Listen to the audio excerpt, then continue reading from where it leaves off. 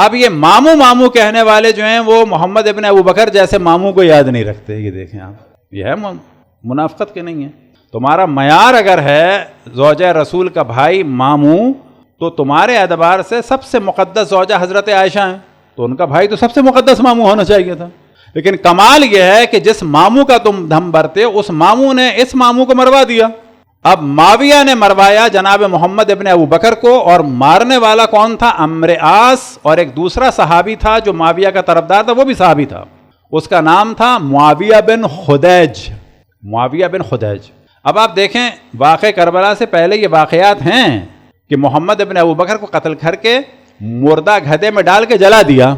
کون کہتا ہے اسموتھ جا رہا تھا سب کچھ؟ محمد ابن ابو بکر کو قتل کرنا اسموتھ ہے؟ محمد ابن ابو بکر کو قتل کرنا نارمل بات ہے. اس کے بعد کیا یہ ممکن ہے کوئی مسلمان کسی انسان کو، بلکہ کہتا ہوں کوئی مسلمان کسی کتے کو جلا دے؟ امکان نہیں ہے بابا. جائے کہ مسلمان ایک مسلمان کو قتل کر کے گدھے میں ڈال کے جلا دے.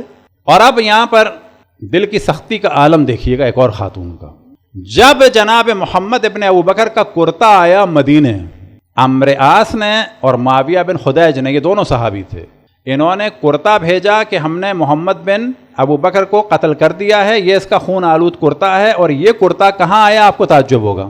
یہ کرتا آیا ام حبیبہ کے پاس، زوجہ رسول کے پاس.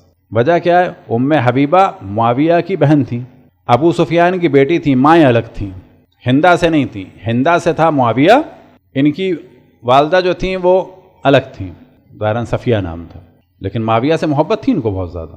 بعد اشرف الانبیاء ازواج رسول اللہ صلی اللہ علیہ وآلہ وسلم میں جو صحیح معنی میں ام المؤمنین تھیں وہ صرف حضرت ام سلمہ تھیں، جنہوں نے اہل بیت کا ساتھ دیا. باقی یا خاموش تھی یا مخالف تھیں، یاد رکھیں، حق کا ساتھ نہیں دے رہی تھیں. تو حضرت ام حبیبہ کا بھی لوگوں کو نہیں معلوم. حضرت ام حبیبہ نے باقاعدہ قتل محمد ابن ابو بکر پر جشن منایا.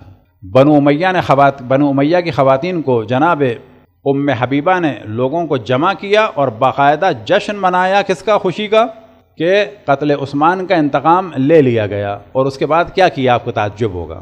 ایک ماموں نے ایک ماموں کو مارا. اب ایک ماں نے یعنی ام حبیبہ نے ایک گفٹ بھیجا دوسری ام المؤمنین کو یعنی جناب عائشہ کو. کیا گفٹ بھیجا آپ کو تعجب ہوگا. ایک بکرا بھنوا کے حضرت عائشہ کو بھیجا اور اس کے بعد ایک جملہ کہا، ہاکذا شویہ اخوکی بمصر، اس طریقے سے تمہارے بھائی کو مصر میں بھونا گیا تھا. اب آپ تصور کریں کہ آپ اور ہمارے درمیان بھی کوئی ایسا ہوگا کہ جو کسی کے بھائی کے قتل پر اس طرح سے بھنا ہوا بکرا بھیجے. اگر وہ جل چکا ہو، مثال کے طور پر پلین کریش ہو جائے تو کسی کو آپ بھیجیں کہ تمہارا بھائی ایسے بھنا ہوگا، دیکھو جیسے تم کو میں نے یہ مثلا چرغا بھیجا ہے، یہ چرغا تو میں یوں بھیجا ہے تاکہ پتہ چلے تمہارا بھائی ایسے بھن گیا ہوگا پلین کریش میں. ہے کوئی ایسا؟ کتنی دشمنی ہو اس آدمی سے. جناب ام حبیبہ نے بھنا ہوا بکرا بھیجا جناب عائشہ کو اور کہا، ہاکذا شویہ اخوکی بمصر، تمہارے بھائی کو مصر میں ایسے بھونا گیا تھا. اور جناب عائشہ نے اس کے بعد کبھی بھی بھنا ہوا گوشت نہیں کھایا.